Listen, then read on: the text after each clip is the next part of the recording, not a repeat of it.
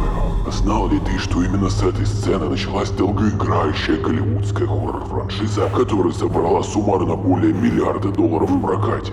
Франшиза, которая открыла дорогу в Голливуд двум скромным студентам-энтузиастам из небольшой австралийской киношколы. Не знаешь? Тогда слушай этот невероятный рассказ и впитывай каждое слово. Давай сыграем с тобой в игру. На разделочном столе пила. Заваривай чай и приятного просмотра. А ну да, как ты заваришь-то?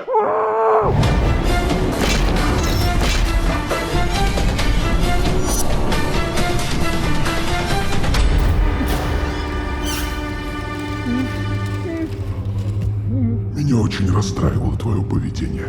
Ты транжирил деньги направо и налево, прожирал все на выпивку и вредную еду.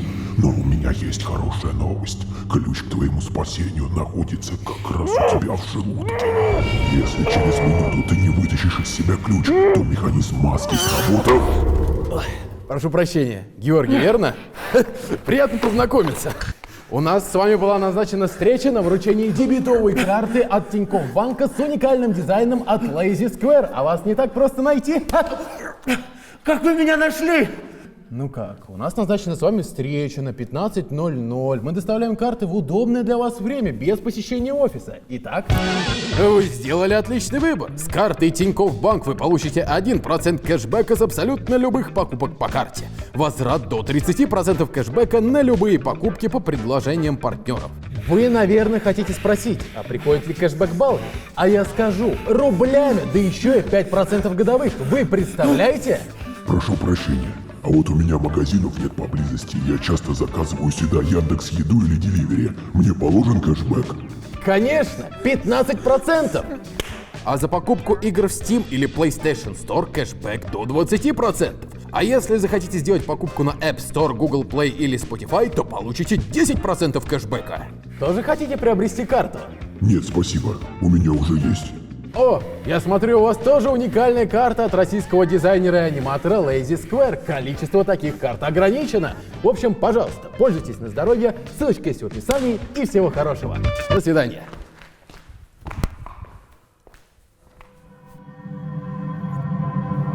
Что ж ты сразу не сказал, что ты теперь тоже клиент Тинькофф Банка? Мы же сможем переводить друг другу деньги бесплатно по номеру телефона или по номеру карты в другой банк. Слушай, а может чая? Давай. Банкомат в той стране. Мы же вообще сможем снять деньги в любом банкомате мира без комиссии, представляешь? Да ты гонишь. Нет, сущая правда. А начинается эта история с конца 90-х, с двух проворных студентов. Джеймс Уан и Ли Уоннелл познакомились в киношколе при Мельбурнском Королевском технологическом университете. Основная масса студентов школы состояла из любителей авангарда и артхауса. Именно любовь к таким лентам, а особенно к фильмам ужасов 80-х и 90-х, сблизила Уана и Уоннелла. После окончания учебы в 21 год, вдохновившись относительно дешевой и безумно успешной «Ведьмой из Блэр», наши ребята решили продолжить работать вместе и начали думать о материале, который они хотели бы написать, а затем экранизировать. Что именно, они пока не знали. Но две вещи были очевидны. Первое – это должно быть что-то жанровое, то, что они оба любят – фильмы ужасов. И второе – что-то невероятно бюджетное, за что, скорее всего, им самим нужно будет платить. Именно с этого и начались долгие месяцы брейншторма и поиски людей. Прошел год. Зазвонил телефон Уоннелла, и на другой стороне был невероятно возбужденный Иван, который активно бурчал в трубку. «Я нашел это! Нашел! Слушай, значит, двое мужчин просыпаются в старой ванной комнате, и они прикованы цепями к трубам. Никто не знает, как они туда попали. Посередине этой комнаты лежит мертвое тело, а в конце это тело поднимается, и оказывается, что это именно он их туда притащил». На момент звонка, как вспоминает Ли, он не был особо эмоционален. Повесил трубку, он буквально через 10 минут перезванивает Вану со словами Чувак, это оно! Это оно! И назовем мы фильм «Soul». Как позже рассказал Ли в интервью в честь десятилетия годовщины выхода фильма, он, не будучи особо верующим в высшие силы, почувствовал нечто странное в этот день. Дело в том, что буквально за пару дней до звонка Ли рандомно рисовал что-то в своем блокноте и нарисовал слово «so», из которого течет кровь. В итоге именно зарисовка этого дизайна и стала прототипом логотипа фильма. Процесс их работы был простой. Ли прописывал общий концепт сюжета и выступал режиссером будущей работы, в то время как за детали оформления и за диалоги отвечал Ли Уоннелл. С момента телефонного разговора прошел еще целый год, в течение которого Ли работал над первым драфтом полнометражного фильма «Пила». Как он сам рассказал, причина, по которой ему потребовался целый год, чтобы написать технически не самый сложный сценарий, состояла в том, что у него на тот момент была работа и девушка, которые полностью контролировали его. Травка, лень и рутина были главными врагами Уоннелла, и в какой-то момент Ван ему сказал: «Ты должен что-то бросить, Ли, либо работу, либо девушку». Поворотный момент в написании сценария для Ли наступил в 2001 году, когда он стал жаловаться на постоянные головные боли и, опасаясь опухоли мозга, направился в больницу. Именно находясь в больнице в некомфортном состоянии, Уоннелл и начал задумываться. А что если вместо врача, который скажет мне: у тебя остался год, живи его достойно, меня поймает психопат и даст выбор между жизнью и смертью и 10 минут. Так и родился философ-маньяк Джон Крамер. Наступил рождественский период. Вану нужно было лететь в другую часть Австралии, чтобы навестить семью. Буквально за пару часов до его посадки к нему подбегает потрепанный Уоннелл с помятым и неправильно оформленным, быстро пробитым степлером сценарием и впихивает его Вану в руки. Спустя 8 часов полета снова раздается телефон Ли. Это Ван. Тот прочитал сценарий, пока летел, и сказал, что ему это невероятно нравится. Только знаешь, чего не хватает? Куклы, криповой куклы, нам нужно ее куда-то запихнуть. Так и родился Билли, жуткий чревовещатель на велосипеде, который заставлял и до сих пор заставляет наложить вас в штаны. А на создание столь культовой куклы ушло всего-то пара вечеров. Джеймс Ван накидал концепт и слепил нашего красавца из папье-маше и бумажных салфеток, а в качестве глаз использовались 2 мячика для пинг-понга. 2003 год. При помощи профессоров из института Ли и Ван пытаются найти хоть каких-нибудь хороших местных продюсеров. Сначала идея была снять фильм на свои деньги, но даже учитывая, что в сценарии было всего 3 главных героя и в основном одна локация, их кошельку это было не под силу. Была даже идея попросить финансирование у австралийского министерства культуры, но те не были уверены в инди-фильме о маньяке-убийце от каких-то сомнительных задротов парней из киношколы. В итоге парни решили стоять на своем. Что бы кто ни предлагал, они будут сами работать над этим сценарием. Они были уверены, ведь это было их дитя, их сын. В один день куратор ребят из киношколы заявил, что их сценарий оказался у какой-то маленькой продюсерской компании в Лос-Анджелесе, и что продюсеру понравился их скрипт, на что ребят, конечно, сначала не поверили и шутили, что, скорее всего, это не продюсер, а какой-нибудь таксист. Но это оказалось правдой. Уоннеллу и Вану срочно нужно было лететь в Лос-Анджелес. Но стояла одна большая проблема перед ними. Ни у Ли, ни у Джеймса не было денег на самолет, и им пришлось брать у друзей. За 8 дней до поездки они оба решили, что не могут ехать с пустыми руками, и им нельзя упускать такую возможность. Нужно доказать всеми способами, что они талантливые киноделы. Парни решаются снять отрывок из их сценария, чтобы показать продюсерам основное настроение и саспенс фильма. Выбор пал на сцену с ловушкой для челюсти. За 8 дней парни делают короткометражку длиною 9 минут из говна и палок, которая умудрилась задать тон и главные вайбы франшизы на десятилетие. Было решено, что Джеймс Ван выступит режиссером, а Ли Уоннелл исполнит главную роль. Но хоть под рукой уже был Билли и $2000 накопленных денег для стартового бюджета. Они срочно идут к знакомому инженеру-дизайнеру и просят того, чтобы он помог им с конструкцией ловушки, которую на себя должен был надеть Уоннелл. И спустя несколько дней дизайнер Стюарт сообщает ребятам, что конструкция готова. Знаешь, если мы его включим, он сработает. Отлично! Круто! Молодец! Следующие 2 дня ребята с небольшой командой собутыльников студенческих времен отсняли материал на рабочем полигоне Ли Уоннелла, а за дальнейшие 3 дня фильм был смонтирован и перекинут на DVD. Даже через дешевую пленочную картинку, скудный свет и наигранные эмоции Уоннелла уже виднелось потенциальное зерно таланта ребят. За несколько дней подготовки ребята смогли выработать фирменные зловещие зеленоватые световые схемы и отрепетировать такие вещи, как пролетка вокруг героя с форсированным монтажом. монтажом. По сути, это самые эффектные и самые простые приемы, чтобы картинка казалась относительно дорогой и кинематографичной. А финал короткометражки тизерил нам декорацию рокового туалета, заранее сгенерированную на компьютере. Кассеты с фильмом и сценарий были отправлены во все крупные голливудские студии, и далее состоялось турне. В Голливуде ребята обошли все возможные студии, результат был успешным. Многие проявили интерес к сценарию, среди них даже были DreamWorks и Paramount. Ходили слухи, что сценарий попал даже к Дэвиду Финчеру, который мог гипотетически взяться за «Пилу». Но было небольшое «но». Студии были готовы выкупить лишь сценарий за небольшую сумму денег, а вот ребят не интересовали деньги. В первую очередь Джеймс Ван заявлял, что он хочет самолично срежиссировать фильм, а Ли должен быть одним из ведущих актеров. После этих слов парочку тут же выставляли за дверь. Спустя некоторое время после их долгого тура по студиям судьба вернула их в ту самую первую студию, для которой они запитчили фильм изначально. Студия, которая была относительно небольшой, но амбициозной для жанрового кино. Называлась она Lionsgate.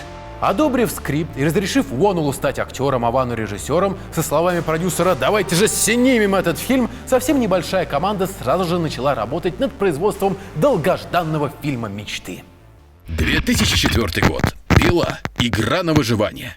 Фильм стали курировать продюсеры Грег Хоффман, Питер Блок и Ларк Бернини, которые ради столь значимого дела организовали скромную мини-студию Twisted Pictures. Примечательно, что раньше эта троица работала лишь над мультипликационными детскими фильмами. Lionsgate были благосклонны к подобным творческим инициативам, но не настолько, чтобы у наших героев была возможность расслабиться и передохнуть. На производство был выделен $1 миллион, а на препродакшн была дана неделя. За это время нужно было добрать команду, найти актеров, оформить съемочную площадку, но стресс и проблемы только продолжались. Джеймсу Вану было отказано в визе, ему пришлось покинуть Лос-Анджелес, а пока студия решала его вопрос, весь препродакшн он вел через видеосвязь из Австралии. Ван не сдавался и продолжал рисовать концепт-арты, раскадровку сториборда, плюс за пару дней до съемок познакомился с главным оператором франшизы Дэвидом Армстронгом.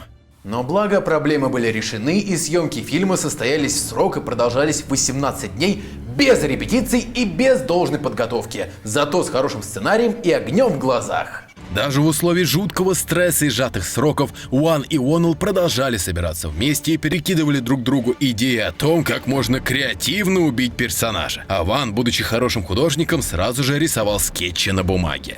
Как вы понимаете, строить декорации за столь короткий срок казалось невыполнимой задачей, поэтому для съемок нашли заброшенное и порушенное здание склада, владелец которого недавно обанкротился. Единственное помещение, которое готовили для фильма специально, это основное место действия – туалет. Остальные помещения либо снимали как есть, без изменений, либо незначительно дорабатывали. Сцены в уборной снимали в хронологическом порядке. Актеров приковывали к трубам настоящими цепями, а открывали их только на обед, и то после завершения съемок. Иногда для бюджетных инди-фильмов не хватает ресурсов или времени, чтобы подготовить тот или иной реквизит. Именно так и случилось на съемках «Пилы», когда команда поняла, что легче и дешевле будет надеть на двух главных героев настоящие цепи. В итоге на цепях оказался сам Ли Уоннелл и начинающий актер Кэрри Элвис. Элвис шуточно говорил, что была лишь одна копия ключа, и была она у одного человека на съемочной площадке. И порой, когда хотелось в туалет, этого человека просто было невозможно нигде найти. Однажды исполнителя доктора Лоуренса Гордона забыли отпереть, когда все ушли на обед, и ему пришлось просидеть на полу несколько часов, пока остальные не вернулись. Как отметил сам актер, это хоть и было не очень приятно, но помогло ему лучше вжиться в роль. Хотя, судя по рассказам остальной съемочной группы, они постоянно троллили Кэрри. То обмазали его ручку автомобиля каким-то кремом, то заставили целый день читать фейковые реплики, когда снимали сцену в полицейском участке. Так что, возможно, этот эпизод тоже был одним из приколов. Съемки в туалете длились 6 дней из 18. Сложности доставляло то, что все это время между двумя прикованными людьми лежал труп героя Тобина Белла, нашего конструктора-головоломщика Пилы. Актер отказался от того, что вместо него лежал манекен, и решил исполнить эту роль сам. Комната была совсем небольшая, и люди съемочной команды могли наступить на Тобина или вляпаться в кровь вокруг него, прикиньте. Простите! Да не, мне покоев. Нормально. Также в фильме есть несколько моментов, где персонажи кидают друг другу предметы, и в одной из сцен Тобину довольно сильно влетело по спине пилой. Под конец съемок в туалете была сцена, где Кэрри должен был отпилить себе ногу. Пилу затупили и подвели к ней трубки, через которые поступала искусственная кровь, но актер при этом пилил свою собственную ногу и в процессе все-таки порезался. Для остальных сцен фильма съемочная группа бегала по всей фабрике в поисках подходящих помещений. И в один день они нашли подвал, в котором была натянута сетка, и они решили, что это идеальное место для того, чтобы развернуть там сцену с ловушкой с колючей проволокой. Из минусов там были низкие потолки, вследствие чего оператор Дэвид Армстронг постоянно бился головой об бетонные балки и потом попал в больницу с сотрясением мозга.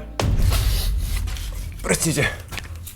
Его отправили в больницу, но даже оттуда он продолжал работать. Ему каждый день приносили отснятый материал, и он его корректировал. Армстронга можно было назвать героем этих съемок. Порой он даже не совсем понимал суть фильма и для чего нужны были те или иные кадры, но отрабатывал он видение Уана и Уоннелла на 110%. По причине ограниченного бюджета как такового оборудования для камеры не было, и порой для достижения некоторых кадров Ван просил Армстронга снимать полулежа, полусидя, согнутым лежа на полу и при всем при этом удерживать огромную камеру на своих плечах. Ван подмечал, что если бы не атлетизм и терпение Армстронга, то съемки бы шли гораздо тяжелее. Но не зря на русском его фамилия звучит как Дэвид Сильная Рука. Далее в фильме должна была быть сцена погони, но денег, а скорее времени на то, чтобы снимать на натуре, ни у кого не было. Поэтому машины загнали в ангар, выключили свет, несколько ассистентов раскачивали машины, еще несколько человек бегали по ангару со световыми приборами, изображая проезжающие мимо фонари. Результат получился отменным. На время съемок Ли и Ван подселили к себе в номер отеля монтажера, и каждый день после съемок еще по несколько часов сидели и отсматривали материал за день. Джеймс жаловался, что из-за этого он спал по 3 часа, а Ли говорил, что было сложно засыпать под свои же крики. Когда съемки близились к завершению, стало понятно, что из-за ограниченного времени ребятам не хватает множества кадров, а дырки надо чем-то заполнять. На их счастье, скрытая камера пилы, которая была установлена злодеем в туалете, непрерывно писала весь процесс съемок, и они смогли взять оттуда часть материала. Но этого было недостаточно. Дырок было полно даже во второй сюжетной линии вне туалета. Так, например, Дэнни Гловер, играющий полицейского, присутствовал на площадке всего 2 дня, и недостающие сцены с ним пришлось доснимать из-за спины, ставя в кадр Ли с дробовиком. Также пришлось подменять персонажа героиню Аманды Янг, кромсающей свою жертву ножом. Чтобы тень на стене была похожей на женскую, Уоннеллу пришлось надевать парик. Кстати, в свое время агент по кастингу поинтересовался у Джеймса Вана, кого он хотел бы видеть в роли Аманды. Ван, не задумываясь, назвал имя начинающей актрисы Шауни Смит, в которую он был влюблен в юности. Как удивительно символично, что Смит в итоге согласилась. С горем напополам, с костылями, отсутствием должного света и обилием ручной камеры съемки фильма все же были завершены в срок. По сути, смесь энтузиазма, напора и хорошего сценария сделали свое дело. Мы получили камерную, пугающую и безумно атмосферную историю, которая через кровь, насилие и мрачность пыталась научить нас чуть больше ценить свою жизнь. Такова была философия Джона Крамера, который загонял своих жертв в ловушки. В фильме работало все. Сильный контраст между дерганым невротиком и спокойным врачом, напряженная музыка композитора Чарли Клаузера, даже технические костыли работали как надо. Будь то ручная камера, обилие быстрых перемоток, резких зумов или даже не самый дорогой и не самый кинематографичный свет. Глаз, наблюдающий за девочкой в шкафу, был одним из самых страшных и запоминающихся моментов ленты. И освещение синими фильтрами и резко направленный луч в сочетании с жутким саунд-дизайном создавали по-настоящему устрашающий кадр. Ну и разумеется, во главе всего стоял вопрос морального выбора. Убить одного, чтобы жил другой путем отрубания собственной ноги для 2004 года как минимум необычно. Сам конструктор — это лучшее воплощение маньяка тех лет. Прогрессивного зрителя из нулевых уже не напугаешь сумасшедшим психом с мачете или орущим Фредди Крюгером. Именно невозмутимость, спокойствие и загадочность Джона Крамера заставляла нехило поерзать в кресле. Финал фильма вываливает все ружья, все ключи и подсказки выстрелили в нужном направлении, окровавленный труп ожил под невероятную увертюру Клаузера, пазл сложился и игра была окончена. Возможно, «Пила» была бы более сумасшедшим фильмом, происходя действие только в туалете, но линия с полицейским придавала больше структурности и старалась разбавить историю и сделать ее динамичней, дабы массовому зрителю было комфортнее.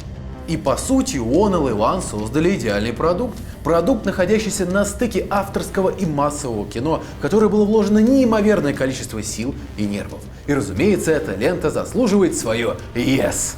Сколько времени занял постпродакшн, история умалчивает. Но вся команда торопилась к тому, чтобы успеть показать фильм на фестивале независимого кино Sundance. Монтаж успели закончить буквально за один день до фестиваля. Хотя Ван и Уоннелл были практически на 100% уверены, что фильм не будут прокатывать в кино, а выпустят сразу же на DVD. В итоге уже на фестивале фильм произвел эффект разорвавшейся бомбы и получил самые лестные отзывы. А Lionsgate обратились к ним с предложением заняться дистрибуцией фильма по всему миру. До премьеры Джеймс и Ли активно участвовали в продвижении ленты, проводя до 20 интервью в день, посещая все, что возможно. Телешоу, радиостанции и колледжи. Своего ребенка они хотели придать максимальной огласке. И дело было вовсе не в деньгах. Парни даже отказались от своего гонорара в пользу процентов от прибыли. Риск оказался оправданным, и с микроскопическим по голливудским меркам бюджетом в 1,2 миллиона долларов фильм собрал в мировом прокате неслыханные 103 миллиона, немедленно взлетев на 7-е место в рейтинге самых прибыльных фильмов ужасов всех времен. Премьера в США состоялась 29 октября 2004 года, и буквально через пару дней ребятам был дан зеленый свет и напутствие снимать сиквел. Фильм покорил зрителей и даже не самых искушенных критиков.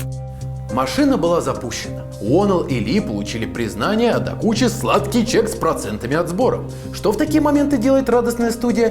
Правильно, пускать франшизу на ежегодный конвейер экстра-класса. 2005 год. Пила 2.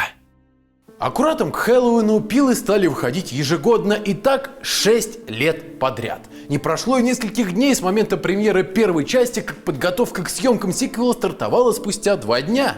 Джеймс и Ли отправились в премьерный тур по миру, но остальная команда Twisted Pictures не собиралась останавливаться на передышку, и, переехав в Торонто, они начали поиски сценариста, так как у Ли Уоннелла никаких набросков по сиквелу не было и в помине. И тут на сцену вновь выходит оператор «Пилы» Дэвид «Сильная рука». Его старый друг, начинающий кинематографист и клипмейкер Даррен Ли Боузман, уже второй год ходит по студиям со сценарием фильма ужасов «Отчаянный». Скромный скрипт о кучке наркоманов, которые попали в заброшенное здание, и маньяк начинает над ними измываться с помощью заранее подготовленных ловушек. Все это очень напоминало знакомую нам франшизу, и мистер Сильная рука говорит Боузману: «Давай покажем твой сценарий продюсерам Пилы». И о чудо! Прочитав рукопись, создатели поняли, что это оно, и более того предложили Боузману кресло режиссера, если тот согласится на адаптацию сценария. А что? На столе почти готовый и весьма неплохой сценарий, да и режиссер проверенный, друг оператора. Ли с Джеймсом благословили скрипт, и Уоннелл самолично помогал в адаптации сценария. Нужно было вписать его во вселенную Пилы, интегрировав в действие Джона Крамера. Но персонажи и ловушки остались оригинальные, из «Отчаянного». Twisted Pictures почувствовали свою мощь, и крупные студии их наконец-то услышали. Помимо продолжения Пил, студии заинтересовались Universal, заказав у них новый хоррор «Мертвая тишина», где, разумеется, Ван вновь выступил режиссером, а Уоннелл сценаристом. Поэтому руководить сиквелом Пилы уже не было времени. Перебравшись в Торонто и получив бюджет $4 миллиона,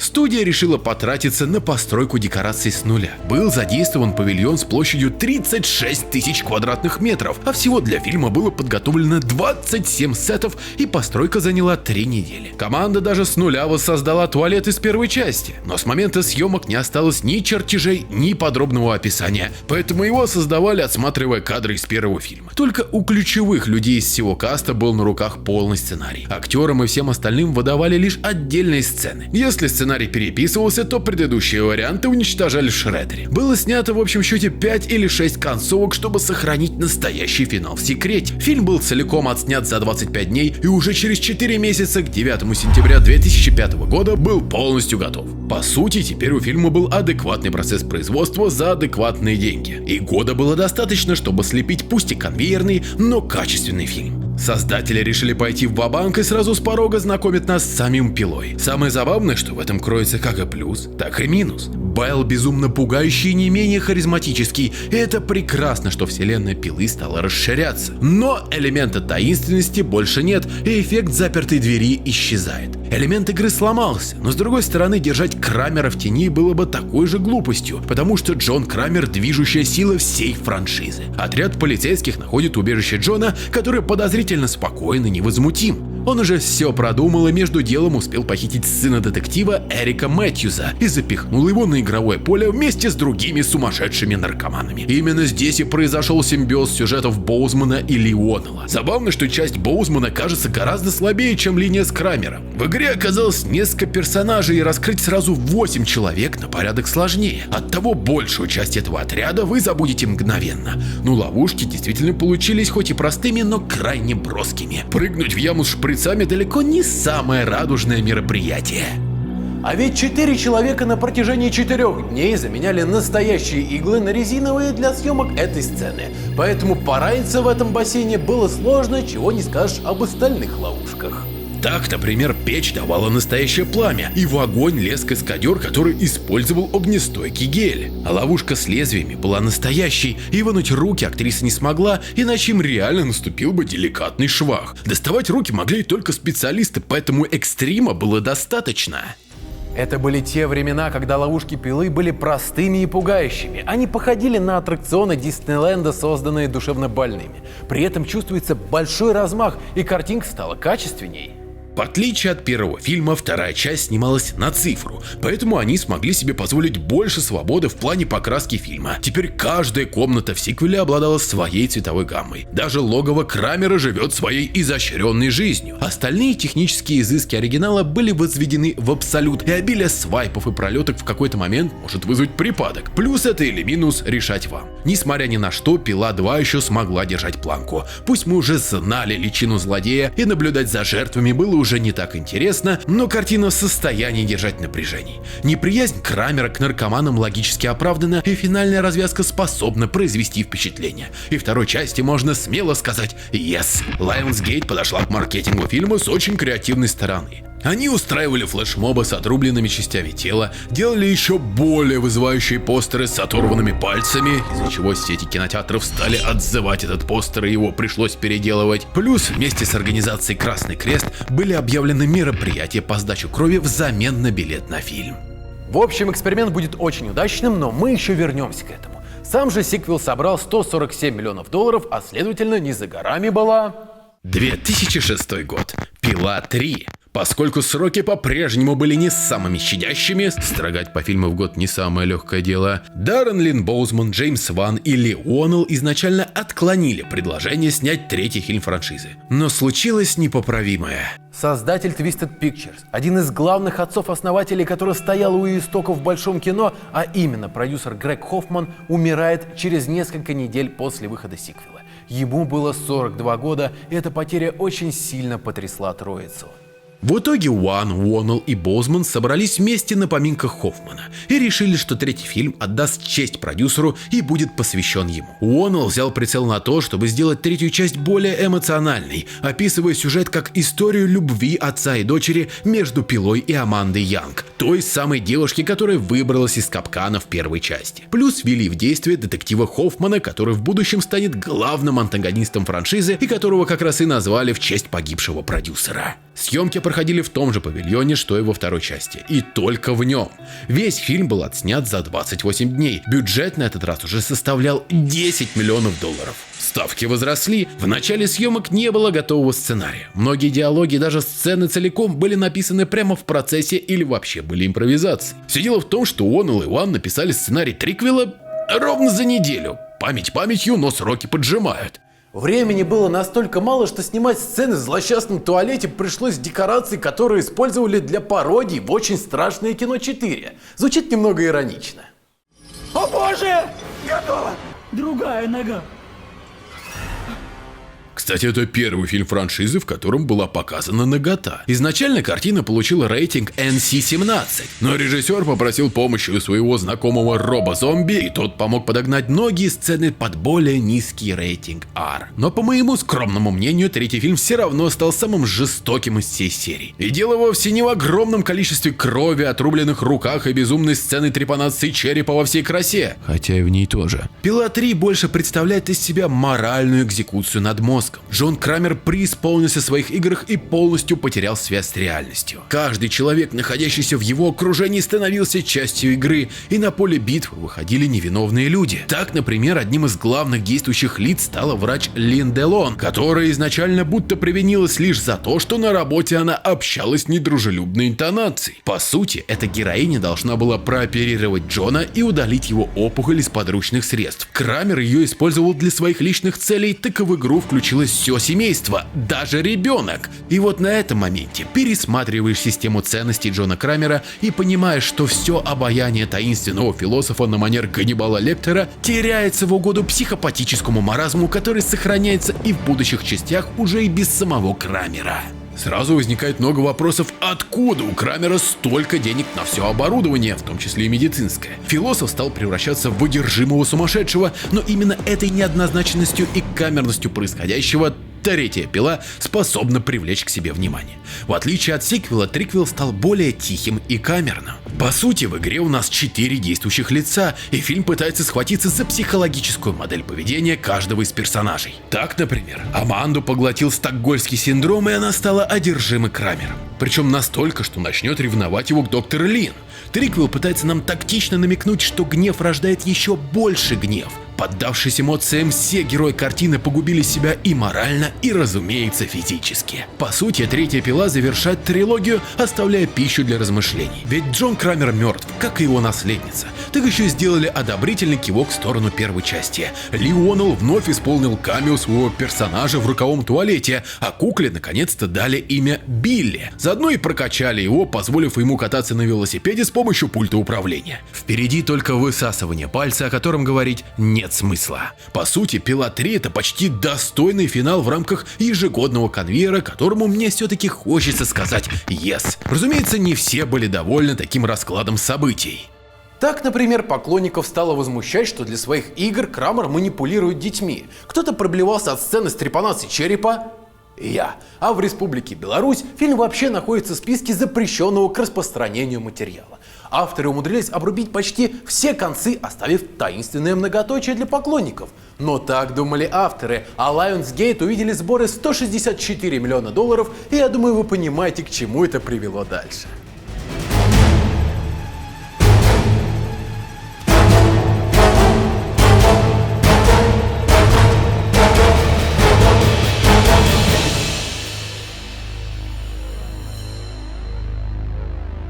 Четвертая, пятая, шестая и седьмая часть представляют из себя единый целый сериал очень сомнительного качества. Уоннелл с Ваном ушли работать над другими проектами и остались во франшизе только в качестве исполнительных продюсеров, что скорее было больше маркетинговым ходом. Далее новый антагонист, еще больше бесполезного мяса, конкуренция с паранормальным явлением, увольнение режиссеров и 3D, а потом и модный молодежный перезапуск и еще один перезапуск. Так себе. Проблема будущих пил заключается в банальном желании состричь бабла. Оригинальная пила была чем-то большим, чем бездумная кровавая мясорубка. Путем насилия, физического, морального и психологического давления Ли Уоннелл с Джеймсом Банном пытались сказать, как важно ценить свою жизнь. Что пытаются сказать сиквелы – большой вопрос. Джон Крамер мертв, и по-настоящему жив он был только с оригинальной трилогией Пилы. Оригинальной, новаторской и дико пугающей. Впереди только высасывание пальца, о котором говорить нет смысла.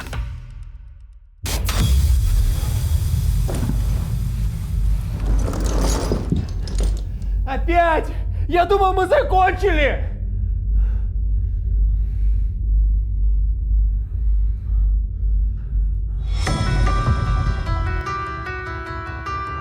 Впереди только высасывание пальца, о котором говорить нет смысла. Но это пока. Всего-то каких-то 100 тысяч лайков, и мы продолжим окунаться в невероятный мир Пилы и поговорим о всех продолжениях. Так что придется подождать. Спасибо за внимание. Ну а пока... Игра окончена.